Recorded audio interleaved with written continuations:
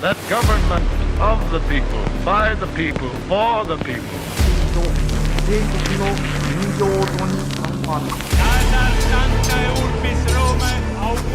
Да здравствует мир между народами. Урд минь Монголын уудам хад, хойно минь Монголын хүчрхэг их мордчлог байваа. 1941 онд нацист Герман зөвлөлт холбоот улсад хавтан довтлож маш богино хугацаанд нэлээд том газар нутгийг амжилттай эзэд авч чадсан. За дайны эхний саруудад нацист Германы үндсэн зорилго нь зөвлөлтийн нийслэл Москва хотыг эзлэн авч зөвлөлт холбоот улсын засаг захиргааны бүх бүтэц системийг нуран унгах явдалд оршиж байсан. Нацистууд 1941 оны намар гэхэд Москвагийн зах хүртэл тулж ирсэн ч хүчтэй эсэргүүцэл цаг уурын нөхцөл хангамжийн доголдолоос болоод зорилгодоо хүрч чадаагүй. Хэрэв тухайн үед нацистууд Москваг эзэж чадсан бол дэлхийн 2 дугаар дайны түүх улмаар дэлхийн улс төрийн дараагийн 80 жилийн зураглал үндсэндээ өөрчлөгдөх байлаа. Энэ нь зөвлөлтийн нуран уналт Европ дахь нацистуудын давмгайлал Аз твд хүртэл нөлөөлөх үйц геополитикийн асар том өөрчлөлтийг дагуулах байв. Тэгэхээр өнөөдрийн дугаараар 1941 онд Москва хотоос ердөө 29 км-ийн цаана тулж ирээд байсан нацистийн айрам Москва хотыг хэрэв эзэж чадсан бол хүн төрлөختний ирээдүйд ямар боломжит өөрчлөлтүүд гарах байсан талаар дэлгэрэнгүй ярих болно. Тэгэхээр та бүхэндээ манай хамтран ажиллагч байгууллага Авторгын хуульцсан товчоогоо танилцуулж байна. За зарим нь бол хэдийнэ танил болсон гэдэгт бол бүрэн итгэлтэй байгаа. За иймээс танд болон таны аж ахуйн нэгжид ямар нэгэн байдлаар хууль эрх зүйн зөвлөмж туслалцаа хэрэг болвол Авторганд хандаарай. 1941 оны сүүлчээр германчууд Москваг эзэлсэн гэж төсөөлбөл энэ нь зөвлөлтийн төрийн төвлөрлийг үгүй хийж зөвлөлтийн удирдлагын системийг шууд задлах шалтгаан болох байв. Москва бол зөвлөлтийн улс төр, эдийн засаг, мэдээллийн урсгалын төв цэг нь байсан. Иймээс Москваг алдснаар улс орон бүхэлдээ толгойгүй болсон мэт байдалд орох байв. Сталин болон зөвлөлтийн улс төрийн товчоо Урал эсвэл Сибирь рүү нүүж болохч харилцаа холбоо болон тушаал дамжуулалт цэргийн зохион байгуулалтын систем бүхэлдээ доголдолд орох байсан. Үүний улмаас фронтод тулалдаж буй корпус болон дивизиуд шууд удирдлаггүй болж бие даасан шийдвэр гаргахаас өөр аргагүй байдалд орно. Москва хот нацистуудад эзлэгдэх нь зөвлөлт холбоот улсад маш их тоолж баршгүй сөрөг үр дагавар авчрах байв. Тухайлбал зөвлөлтийн хойд ба өмнөд фронтын цэргүүдийн холбоо тасарч зөвлөлтийн баруун хэсэг бүхэлдээ нацистуудад бүрэн эзлэгдэх магадлал шууд нэмэгдэх байсан. Үүнээс гадна нийслэл хотон эзлүүлбэл зөвлөлтийн ард иргэдийн дотор айдас гүйдэс, эргэлзээ, урвалтын үзэгдлүүд газар авч магадгүй зарим мужууд бүгд наримдах улсууд нь тусгаар тогтнолоо зарлах эсвэл Германтай бие дааж хэлэлцээр хийхийг оролдож магадгүй. Ямар ч нөхцөлд Сталины нэр хүнд унаж коммунист намын дотор маш том хагарал үүсэх байсан нь үнэн. Германы зүгээс зөвлөлтийн улс төрийн ертөнцид үүссэн нөхцөл байдлыг өөрт ашигтайгаар ашиглаж коммунист нам дотроос өөрсдийн нөлөөний хүмүүсийг дэвшүүлэх цаашлаад Москваг эзэлсэн тул зөвлөлтийн хууль ёсны засгийн газрын эсрэг өөрсдийн тоглоомн төр засгийн газрыг байгуулах магадлал маш өндөр байв. Ийхүү Москва эзлэгдснээс болоод Америкийн нэгдсэн улс болон барууны холбоотнууд зөвлөлт холбоот улсыг ялагдсан хэмээн үзэж Лэнд-лиз хөтөлбөр зогсож магадгүй байв. Мөн зөвлөлт холбоот улс маш хүнд байдалд орсон тул энэ байдлыг ашиглаж Японы эзэнт гүрэн Сибирийн зүг томоохон давшилтыг эхлүүлж Алс дорнодыг эзлэн авахаар зүтгэх байсан гарцаагүй. Нэг ёсондоо бол Герман, Япон хоёр Евразийн нутгийг баруун болон зүүн талаас нь хавчин ноёрхох стратегийг өөр хоорондоо баримтлах байсан гэсэн үг. Гэхдээ хамгийн гол нэг зүйл байгаа нь Москва эзлэгдлээ гэдэг зөвлөлтүүд бүрэн сүрнэ гэж найдаж бас болохгүй. Германчуудын хувьд энэ нь төр зүрийн ялалт байх магадлал маш өндөр. Учир нь зөвлөлт холбоот улс дэндүү өргөн удам газар нутагтай улмаас мөн хүйтэн цаг агаарын гайгаар нацистийн логистикийн сүлжээ хэдийнэ туйлтаад байсан.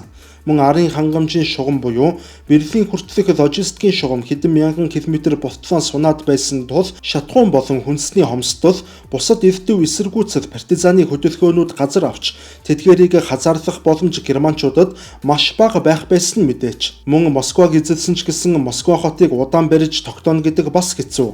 Алс дорнодод зогтсон зөвлөлтүүд 1-2 жилийн дараа Алс дорнодын өргөн фронт байгуулж Москвагийн эсрэг сөрөг давталгаа хийж Москва хотыг чөлөөлөхийг бас үгүйсгэх аргагүй. Тэгэх боломж ч маш өндөр байв. Арай ойлгомжтой тайлбарлавал Москваг эзэлснээр Германы фронт 2500 км урт сунаж хангалтын шугам Берлинээс Москва хүртэл бараг 1800 км болж сунаж таарна. Иймээс нацистийн эзэлсэн зөвлөлтийн хотуудад шатхуун болон сум хүнсний хангамж ихэнх хэсэгтээ тогтмол тасалдалтай байхаас өөр аргагүй. Мөн зөвлөлтийн төмөр зам өргөн царигтай тул Герман улс логистикийн мухардал байдалд орох байсан нь гарцаагүй. Нэг ёсондоо бол цаг хугацаа алдна гэсэн үг. Ялангуяа зөвлөлтийн хөдөө нутгуудад партизаны бүлэгмүүд олноороо байгуулагдаж тогтмол ард талд хорлон сүтгэх ажиллагаа явуулж эхэлбэл энэ нь германчуудад бүрч хэцүү байх болно. Партизанууд зам гүүр төмөр замыг тасалж хангамжийг зогсоовол Москва болон том хотуудад буй Германы цэргүүд тухайн нутаг дахь ноёр хол эрх мэдлээ алдахад хүрнэ. Гэхдээ Япончууд богино хугацаанд зүүн талаас нь дайрч зөвлөлтийг шахаж хавчихгүй бол ямар ч нөхцөлд зөвлөлтийн айрам Урал болон Сибирээс хүн хүчээ хоримтлуулж шинэ фронт байгуулсан Москваг эзлэхээр сөрөг давталгаа хийх нь тодорхой байсан. Тэгвэл одоо харин үнэхээр зөвлөлт холбоотуулах бүрэн ялагдаж нацист Герман ямар ч эргэлзээгүйгээр зөвлөлтийг бүхэлд нь өөрийн хяналтанд орууллаа гэж бодъё. Ийм тохиолдолд дэлхийн улс төр, эдийн засаг, цэргийн хүчний төвүүд үндсээрээ өөрчлөгдөх байв. Тухайлбал түүхэнд Хүйтэн дайн хэмээн нэрлэгддэг Америк зөвлөлтийн их өрсөлдөөн хизээч бий болохгүй байв. Харин магадгүй Америкийн нэгдсэн улс Герман төвтэй шинэ хоёр туйлт систем бий болох байсан байх. Мөн ийм нөхцөлд Герман нь Европын их газрыг бараг бүхэлд нь өөрийн хяналтанд оруулж Германы шиндэг журам гих зүйлийг зохиох байсан үнэ. Нацистууд баруун болон төв Европын ард иргэдэд илүү хүмүүнлэг байдлаар хандаж, харин Латв, Эстон, Украин, Беларус гэх мэтээр слав угсаатнуудыг колон маягаар удирдах, тэдний хүн амыг айрын үндэстний хүчирхэгжилтийн төлөө хөдөлмөрийн баазын хүн хүч болгон ашиглах байв. Германы нөлөөний улмаас Европын эдийн засаг аж үйлдвэр нэг төвтэй болох бөгөөд Берлин хот нь Европын нийслэл болох байсан. Мөн еврейчүүдийн эсрэг устгал илүү өргөн хүрээтэй болж Израиль улс түүхэнд хизээч байгуулагдахгүй байв. Харин Аз тэвийн хувьд германчууд Москваг эзэлсэн тохиолдолд Япон зөвлөлтөд дайн зарлах магадлал маш өндөр байв. Үнэхээр Японч гэсэн зөвлөлт рүү дайрсан тохиолдолд зөвлөлт холбоот улсад Америк нэгдсэн улсын шууд цэргийн дэмжлэг ирэхгүй бол зөвлөлтүүд ямар ч боломжгүй болж хувирах байсан. Мөн Германы ялалтын улмаас Хятад улс ч гэсэн Японд бүрэн ялагдаж, Япон улс нь Зүүн Азийн их гүрэн болон хувирна. Төв Аз, Сибирь, Монгол гээд бүгд Японы нөлөөнд орох байсан нь үнэ. Ийм нөхцөлд дайны хувь заяа үндсэндээ тэнхлэхийн гүрнүүд рүү хэлбэж, харин Америкийн нэгдсэн улс дангаараа дэлхийн цор ганц ардчилсан гүрэн болж үлдэх байв. Мөн хамгийн хэцүү нь Америкийн нэгдсэн улс нь Европ, Аз хоёрт нэгэн зэрэг хоёр том нацист блоктой нүур тулгарна гэсэн үг. Дэлхийн худалдааны зах зээл бүхэлдээ шахуу Герман болон Японы хяналтанд орж Америкийн нэгдсэн улс эдийн засгийн хувьд тусгаарлагдах магадлал өснө. Мөн Америкийн нэгдсэн улсын зүгээс хоёр далайн хоёр хязгаарт нэгэн зэрэг дайн хийх боломж хязгаарлагдаж, цаашлаад номхон далайн талаас Японы, Атлантын далайн талаас Германы дайралтанд өөрсдөө өртөгч эрсдэл үүсэх байсан.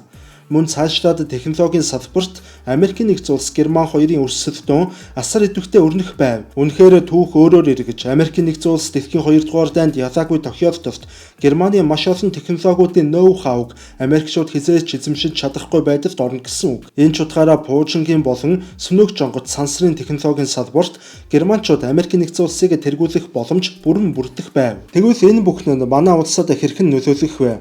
Тухайн үед бүгд найрамдах Монгол ард улс нь зөвлөлтийн бүрэн нөлөөнд байсан. Иймээс Москва унсан тохиолдолд зөвлөлтүүд бүх анхаарлаа баруун фронтод хандуулснаар Монголд ямар нэгэн байдлаар цэрэг зэвсгийн дэмжлэг илгээх боломжгүй болж эхлэх байв. Мөн яг тэр үед Япончууд бүгд найрамдах Монгол ард улсад дахин давтлах магадлал маш их болно.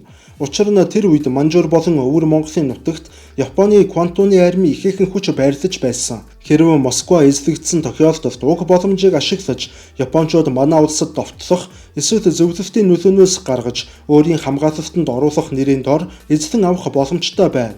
Үүний улмаас бүгд найрамдах Монгол ард улс нь учиргүй чөлөөлөгдлөө гэж баярлаад байх хэрэггүй бөгөөд тухайн үеийн Япон бол өнөөдрийн Япон огтосоо биш. Тухайн үеийн Япон нь Монгол улсыг Японы колони болгох эсвэл үнэхээр шаардлагатай гэж үзвэл манжхоо шиг тоглоомын улс болгож ямар ч байдалд тусгаар тогтнолоо алдах магадлал маш өндөр байв. Мэдээж хэрэг ийм нөхцөлд хорлоогийн чой батсангаас гэхэд зөвлөлтийн даалгавраар ажилтдаг байсан Монголын төрийн удирдагчид эрх мэдлээ алдаж Монголын төр нэгдсэн удирдлаггүй болж улс төрийн тогтворгүй байдал үүсэх байсан гарцаагүй.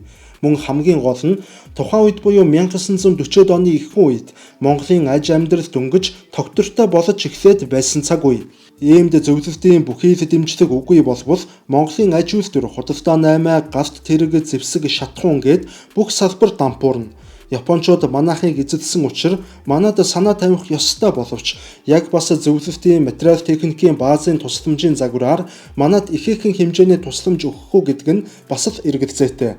Иймд ямар ч нөхцөлд ард иргэдийн амьдрал хүнд байдалд орох байв. Ер нь Монгол улсад цаашид хоёр хувь тавилангийн сонголт үлдэх байсан болов уу? Эхнийх нь Японы талд орж манжууртай адил эсвэл манжуурын нэг хэсэг болгож Монгол манж хэмээх тоглоомын улс байгуулах. Аль эсвэл Герман ба Японы нөлөөний хооронд хавчигдах жижигхэн буфер улс болох боломж байв. Гэхдээ ямар ч нөхцөлд өнөөгийн ардчилсан эрх чөлөөтэй ядууч гэсэн том толгойтой омглон монгол хүмүүс байхгүй байх байсан гарцаагүй. Гэхдээ эцсийн эцэст хувь тавилан өөрөө зөвлөлт холбоот улс, Америкийн нэгдсэн улс, Британи тэргүүттэй холбоотон гүрнүүдийн ялалтаар төгссөн. Үүний үр дүнд бид 20 дугаар зууны туршид зөвлөлтийн нөлөөнд байж ирсэн ч эцэст нь дээрээ тодорхой тооны хулгайч нартай боловч хамгийн гол нь эрх дураараа эрх чөлөөтэй байж л байна. Мөн тусгаар тогтнол маань дэлхийн нийтэд баталгаажсан байдалтай байна. Ингээд харахаар магадгүй хувь тавилан хамгийн зөв замаараа явж байхыг ч үүсгэх аргагүй. Ингээд өнөөдрийн та бүхэндээ бэлтгэн хүргэсэн хэрвээ гэдэг сэдвтэй бичлэг маань энд хүрээд өндөрлөж байна. Дараагийн дугаараар дахин уулзтлаа түр баярлалаа.